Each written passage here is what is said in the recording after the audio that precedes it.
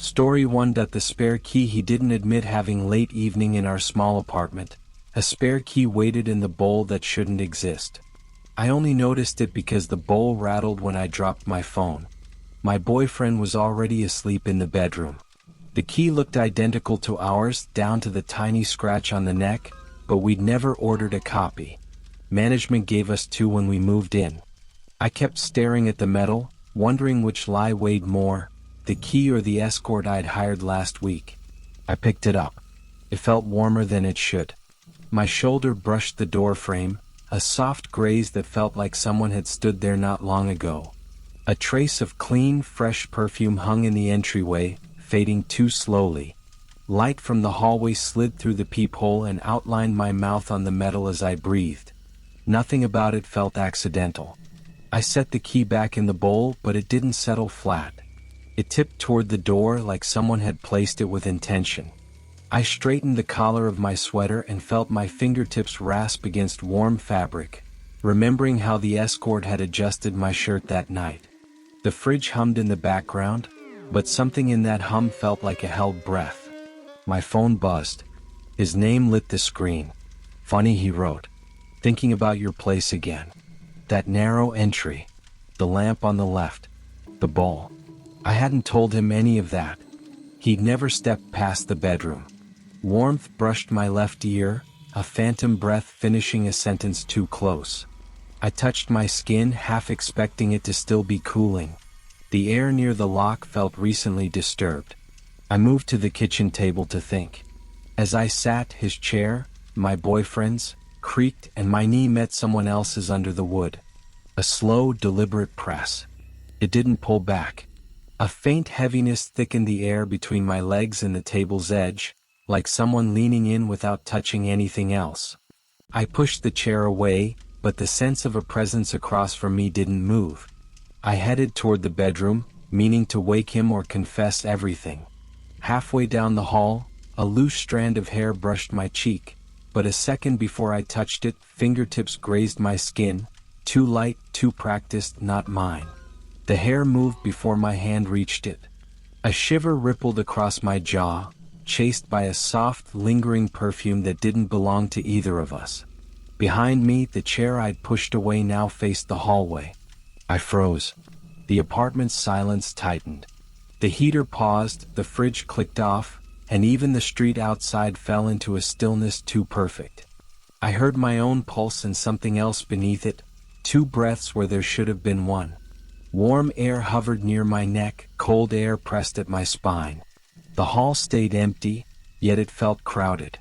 I backed into the living room. My phone buzzed again. "Don't worry. I remember everything. You kept the good light in the bedroom." He'd never seen the bedroom. I tried calling him, but the line rang once and stopped, like a finger muffled the speaker instead of ending the call. The quiet afterward felt angled toward me, waiting. I grabbed the spare key to prove to myself it was just metal. But the moment my hand closed around it, warmth slid up my neck, slow and steady. The key grew hotter, not cooler, as if answering a touch I couldn't see. When I set it on the counter, my palm carried a soft, unfamiliar pressure. Behind me, the air thickened again with that same impossible perfume. The doorknob turned. Slow. Intentional. The latch clicked once, then again, then a final, deliberate twist. The door didn't open. Whoever stood outside held it steady, breathing softly enough to fog the metal. I leaned toward the peephole, but before my eye reached it, warm breath brushed my ear from inside the apartment. A faint murmur traced my skin. Then another whisper came, this time from the hallway right against the peephole glass. "Would you have slept with the door locked, or left the lights on like I did?" When silence finally settled, I didn't check the door. I backed into the bedroom, locked it, and waited for morning. My boyfriend never stirred. He said he hadn't heard a sound. I almost believed him until I saw the bowl, empty. No key. I found it later on the nightstand beside me. Warm. Not from sunlight. Not from my hand. Warm like it had been held. And somewhere in the apartment, faint and patient, the air still carried a trace of perfume that doesn't belong to either of us. Story 2. Unread messages at 3:11 a.m. 3:11 a.m., the lobby was empty when my shared inbox lit up even though my phone was off. I was the last one in the co-working lounge again, just me and the low hum of the vending machine. The blue glow from my laptop felt too sharp at this hour, and the new voice note pulsed on the screen like it was waiting for my hand to get close. I leaned toward it, shoulders brushing the cold desk edge. A perfume that didn't belong to me drifted from my hoodie, clean and recent. As my fingers neared the touchpad, the notification light trembled, almost like someone else had hovered there first. I tugged at my collar, trying to shake off the scent. My fingertips grazed the warm fabric, a soft rasp that felt intentional. For a moment, the cursor drifted a pixel, as if responding to that touch instead of the trackpad. The voice note opened with a soft chime. A man's voice spilled out, low, steady, ending right at my ear like warm breath despite the speakers being a foot away. He said my name slowly, each part stretched thin. Under the last syllable, a pause clung to the sound as if someone else had leaned in but stopped. I told myself it was targeted spam. Something scraping my shared inbox with my partner. But the message wasn't generic. He mentioned my deadline, the exact chair I was in. And at the end he laughed, soft, teasing, like we'd been trading private jokes I couldn't remember. I pushed my chair back, trying to steady my breath. My knee brushed the table leg, a faint contact that felt like someone had just stood up from that spot. The air thickened around my throat as the bubble blinked again, another note already marked as played. On instinct, I swept my hair back, but a strand was already moved aside as if a hand had passed there first. My skin tightened beneath it, a warm tremor rising. The next note opened on its own, its slow waveform pulsing like breathing. He didn't speak at first. The recording held a silence so heavy I could hear my own breathing answer it. Then he whispered, "You're still at the office, right?" A scrape. Pause. "I like the way the lights hum in your hallway." Those lights only hummed when someone walked under them. I shut the laptop, grabbed my bag and took the elevator down. Each floor ding echoed like someone else was riding with me, breathing just out of sync. When I reached my apartment, I told myself I was done with the inbox for the night. Then my laptop chimed from inside my bag. The screen lit before I touched it. Another note, time-stamped for the minute I crossed my threshold. A thin warmth lingered on my wrist as if a hand had just released it, and that same clean perfume clung to my sleeve. The message played on its own. "Home already? I thought I'd reach you in the hallway." I set the laptop on the counter and stepped back, but the new clip opened without a click. The escort said my name again, slower, and a warm breath traced the side of my neck like someone leaning in. A light pressure touched my shoulder. When I glanced sideways, nothing was there. Then a second voice echoed my name a half-beat late, same tone, whispering from behind me. If your inbox whispered back, would you listen? I slammed the laptop shut, but the hiss kept going under the lid, like the message hadn't ended. My phone lit up on its own, new login detected, inside your device. The apartment stayed still, but the message box glowed through the crack of the laptop case, pulsing like it knew I'd return. And maybe it was waiting for my answer. Story 3. The motel room with the light that wouldn't turn off past midnight at a roadside motel. Our room's lamp stayed on even after the breaker died. It was past midnight when we pulled into the roadside motel, the kind that forgets its own paint color. We said we came here to talk, but the truth sat between us like an open tab, my jealousy, his silence, and the escort whose number I refused to delete. Room 14B looked harmless from the outside. What bothered me was the lamp inside. It was already on, warm and steady, even though the clerk swore all rooms reset to full dark after housekeeping. I tried the wall switch out of habit. Nothing changed. The light stayed on like it had its own idea of off. He brushed past me at the door, a soft rocar along my arm, leaving a perfume recent pasado hanging in the thin air. My skin prickled before I could hide it. He adjusted the strap of my bag, Ponta dos Dedos barely there. and the lamp's glow carved a line along his mouth, too precise, like someone had angled it for that exact effect. The room looked empty, but the lamp felt aimed. I tried to act normal, digging in my bag, pretending the room didn't smell like someone else's deodorant, clean, sharp, recent. He stepped close enough that his fingers brushed my collar, a tiny correction that shouldn't have felt intimate. The fabric warmed under his touch, like it had been waiting for that exact pressure. The lamp flickered in the same rhythm as the Escort's muted notifications. I didn't open the app. I didn't need to. He leaned in to ask if I was okay, but the question landed warm against my ear, slow enough to feel intentional. The lamp hummed, an electric whine almost shaped like a whisper. "You're tense," he murmured, and the words seemed to vibrate inside the shade. The silence that followed felt chosen by someone else. The switch still didn't work. The lamp stayed on. I checked the bathroom to escape the weight of the room. A smear on the mirror sat at shoulder height, like someone had leaned in too close. The towels looked folded but slightly wrong, one corner tugged forward. I called the front desk and asked if 14B had been serviced today.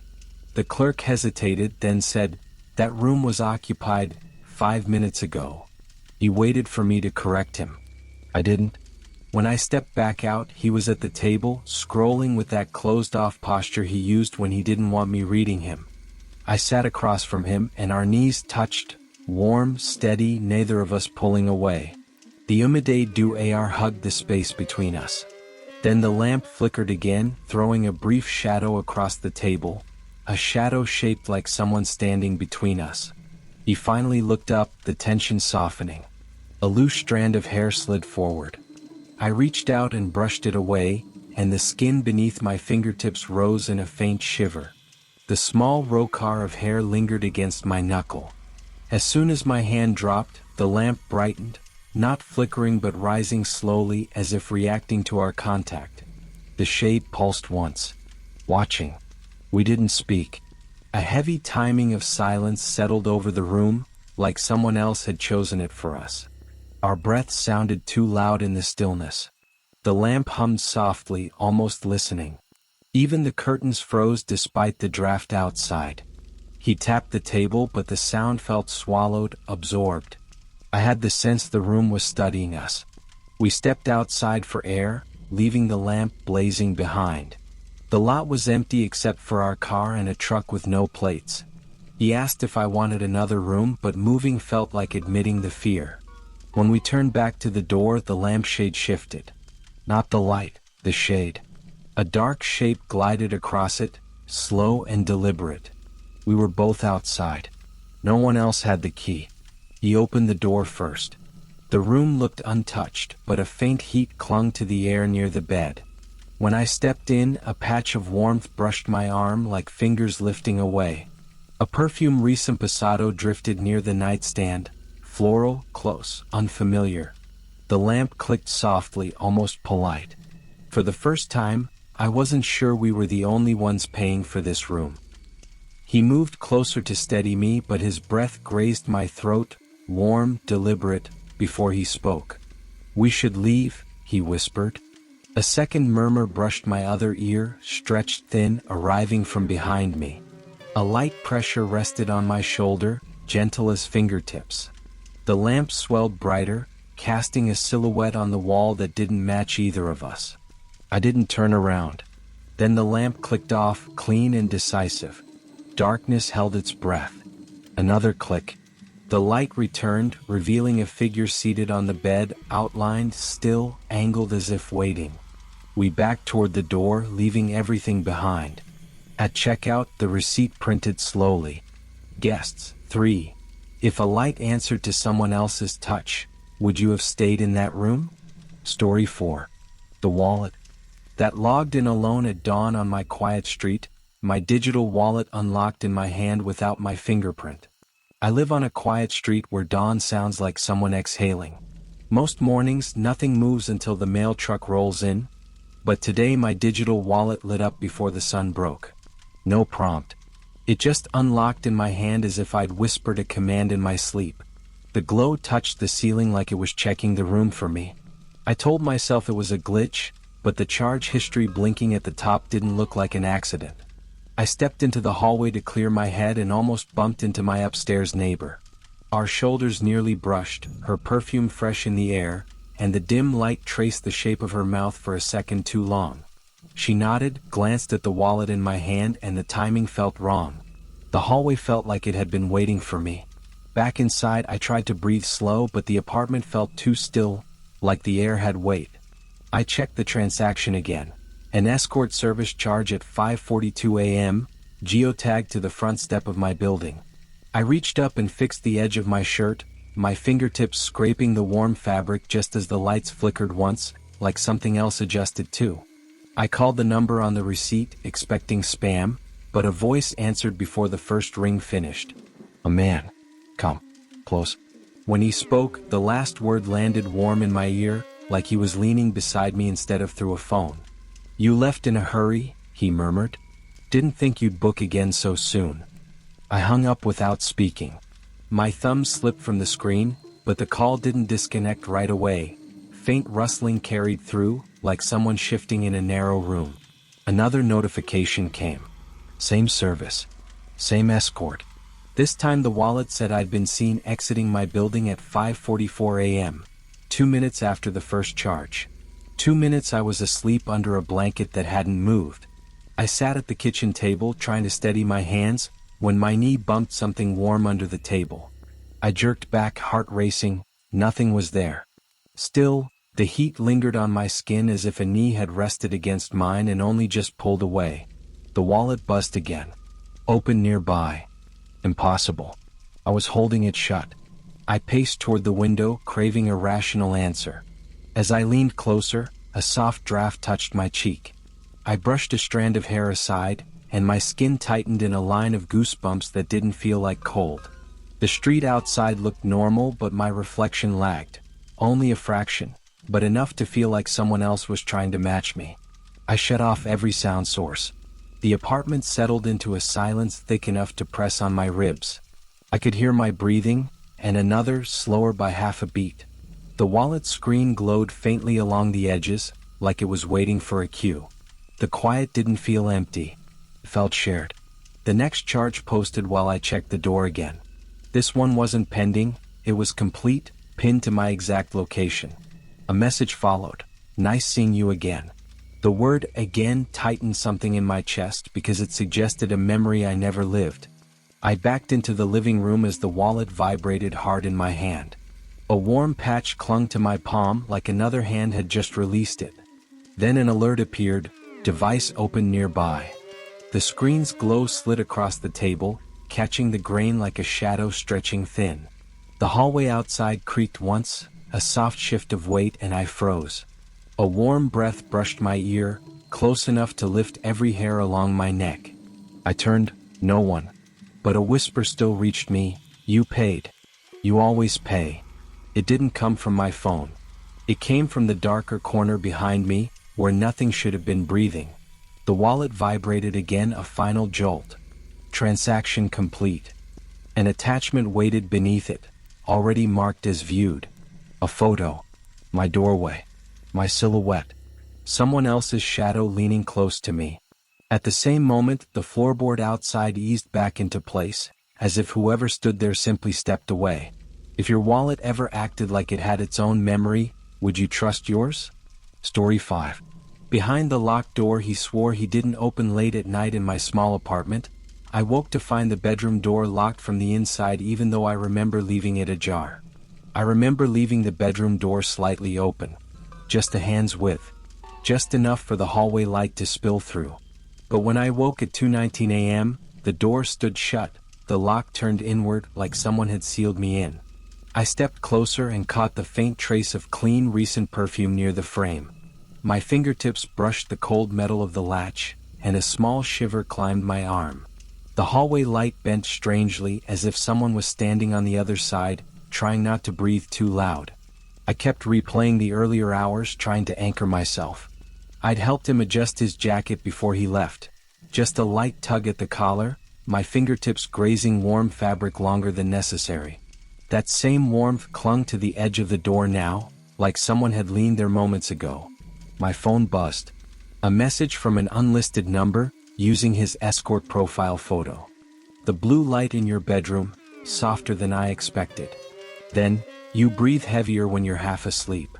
Reading them felt like someone speaking too close to my ear, each word landing warm and slow. I told myself it was a prank, but the messages kept coming, details no camera could catch. You sleep on the left side first. You curl your fingers when you're cold. My boyfriend insisted the door stayed locked all night. He said it too evenly, like rehearsed. We sat at the tiny kitchen table. When he reached for his glass, his knee brushed mine, a warm pressure that lingered just long enough to blur warning with comfort.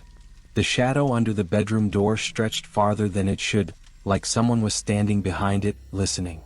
I followed him down the hall. A strand of his hair had fallen forward, and I reached to move it aside. My fingertips barely touched his skin, and a small shiver rose under them. But the scent near the doorframe wasn't his or mine. Something fresh, like someone else had been there minutes earlier. We stood in front of the locked door. The apartment fell into a thick silence, the kind that seems to wait for you to slip. His shoulder almost touched mine. I could feel his breath steadying.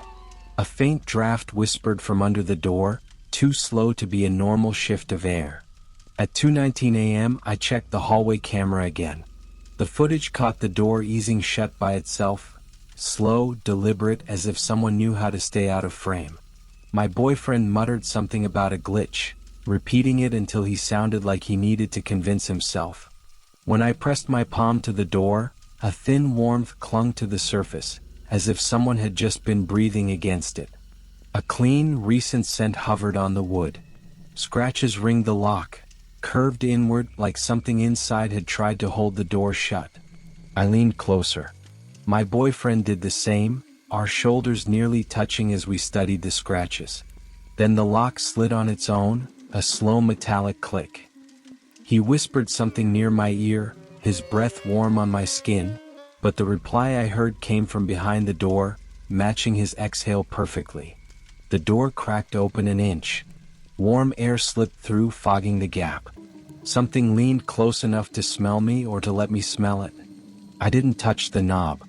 The next morning, the scratches were deeper, fresh, desperate, carved from the inside. If your door breathed back at you, would you open it wider or run?